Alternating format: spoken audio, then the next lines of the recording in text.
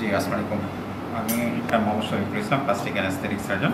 আমরা একটা সুখবর দিতে চাচ্ছি যারা টামি টাক সার্জারি করতে চান অথবা ফেসলিফট করতে চান, ডবল চিন, এভরিথিং এভরিহোয়ার যে লাইপোসাকশন আপনি করতে চান, একই সঙ্গে আপনি সেটাকে লিফট আপ করতে চান, অর্থাৎ চামড়া যে লাইপোসাকশন করার পরে যে চামড়া যে ভাঁজ হয়ে থাকে, কুচকিয়ে যায়, লুজ থাকে, সেই সমস্যার সমাধান করার জন্য একই সাথে আমরা লাইপোসাকশন এবং একই সাথে আমরা লিফটিং করে থাকি।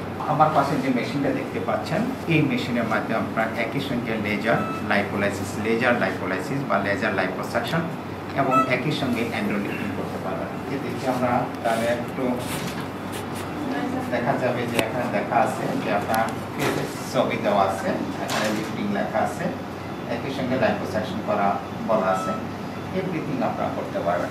আগে আমরা টামি টাক সার্জারি করতে গেলে সাধারণত ইনসিশন এখান থেকে এই পাশ পর্যন্ত দিয়ে দিতাম। আজকে আমরা আপনার দেখাচ্ছি শুধুমাত্র যে সিজারে যে ইনসিশনটা আছে, এই ইনসিশন বরাবরই আমরা কাটবো। এটা আমরা প্যাডটাকে কিভাবে টান করব সেটা আমরা একদম দেখিয়ে দেব।